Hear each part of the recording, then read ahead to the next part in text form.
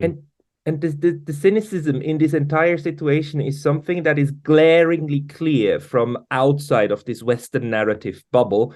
Not so much in Japan, I would say, but yeah, that's why you I teach, hear, yeah? yeah, Can you say something, maybe, if I interrupt you, because you're asking me a question, but I'm quite curious, how the Japanese attitude is at this moment, because they seem to be towing the NATO line, but how is it among the population? it's quite interesting. Japan often looks on the outside as if though it does the same as Europe and the United States, but on the inside, it works differently.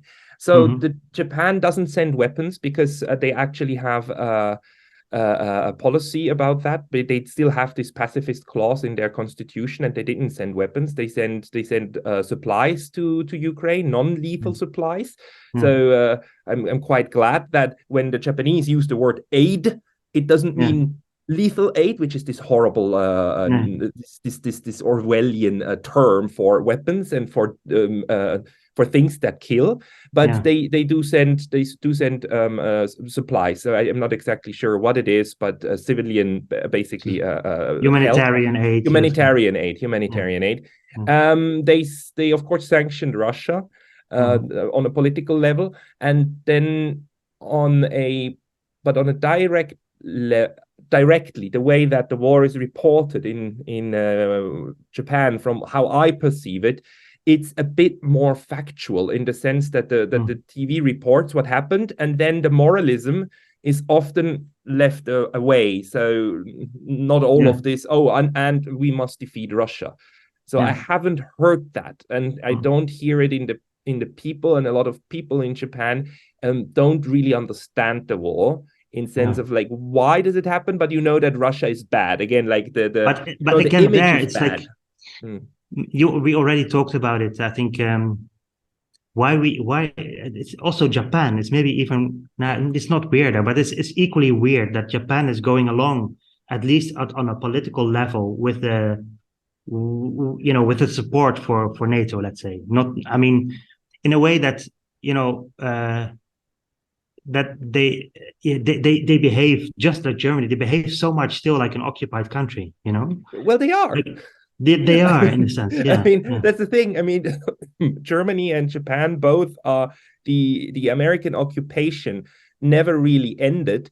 The big difference, and that's something that's important to understand about Japan, is that they are more nationalistic than the Germans. And not necessarily in the bad sense. I mean, there's a bad part to this nationalism too, which is, unfortunately, in Japan, it often leaves out the suffering that Japan caused in the Second World War, right? A lot of the Japanese don't have an idea for why the Chinese and the Koreans are still so cross at them. But on the other hand, it leads to a bit more of thinking about what's good for Japan, and they use that in their foreign policy. So they have less of this value-based, we the international European Union, or we the NATO. For the Japanese, the most important thing is the security relationship with the United States. They have a hard security relationship, a hard alliance. And what NATO is to Europe is that alliance to Japan. And the entire security thinking, including the nuclear umbrella, is built around that idea that the Americans are there. If that ever changed, it would drastically change Japanese security thinking and also approach towards its own military. But don't you see that also now expanding in that area? I mean, it seems like the US is trying to, there was talk a while ago about opening a NATO office in Japan, no?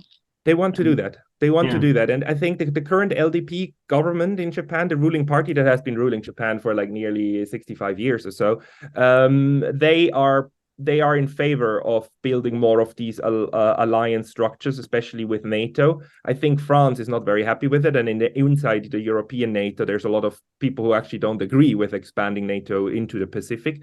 The thing is that Japan does fear China. Or there's a lot of people and politicians who are afraid of China, to some point artificially, I believe. But I know others that are seriously worried that China might take away some of their islands, or even invade. And in order to push against that, to deter, there's especially the hawks in Japan are very much in favor of like, well, let's pool our resources and just get even closer to the Americans. But the good thing is about the Japanese, there are others that are actually worried that this could be, that they could be pushed into something that they really don't want to do.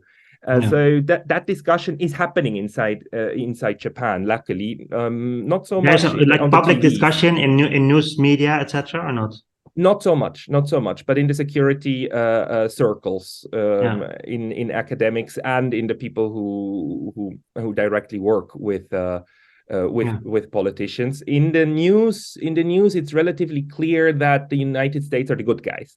They're the ones who protect and help and are the the people who stand up for the little guy. So that narrative is also there. But Japan has for 150 years, over 150 years, has been trying very, very hard to basically detach itself from the Asian continent and just go towards the West and the Americans, a bit like the British. Just we are not continental. We actually belong to the others. But the thing is,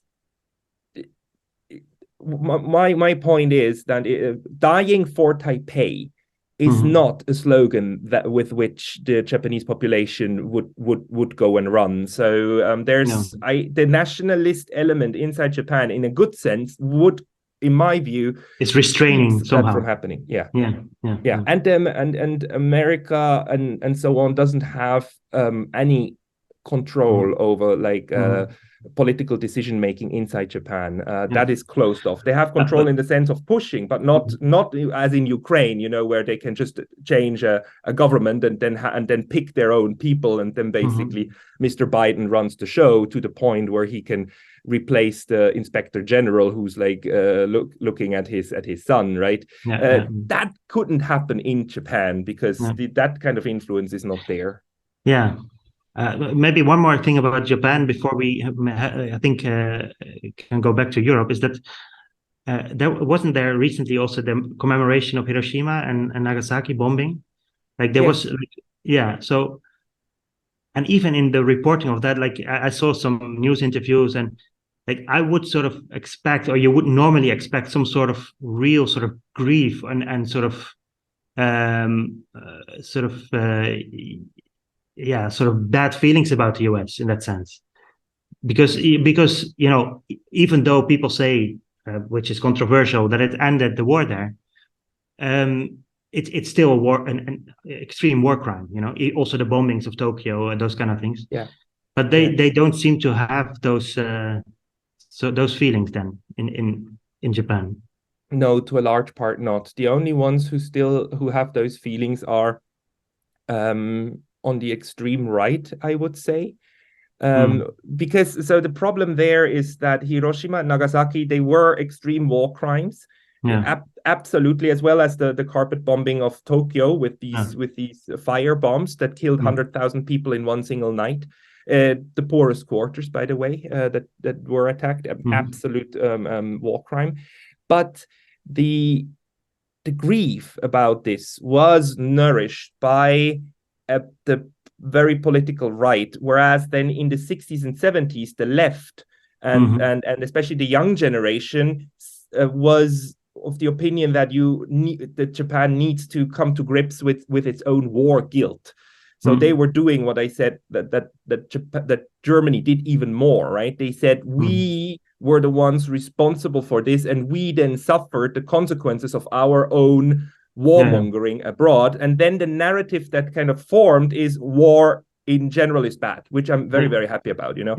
War is a catastrophe, and we were suffering from war. Now, what this did, on the other hand, is that it kind of, the Japanese focus on their own suffering and not so much of the Chinese and the Korean and other sufferings, which then kind of obstructs the view a little bit. But it took away the hate toward the enemy, the Americans, which is also a good thing. You know, for a long time, I remember there was a question, when will we have a Japanese prime minister in Pearl Harbor paying homage to the dead, and when will we have an American in Hiroshima? And then it was under Mr. Abe that both of these things happened about 10 years ago, and Abe was in Hiroshima, and Obama was Abe was in Pearl Harbor, and Obama came to Hiroshima, and that was a big thing for reconciliation.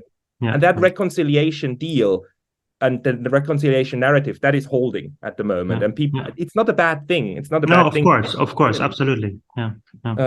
But it does then, it is interesting that it doesn't lead to more resentment or whatever. Resentment and also being critical toward, was this really okay? Or is it okay what's happening now? What are the intentions?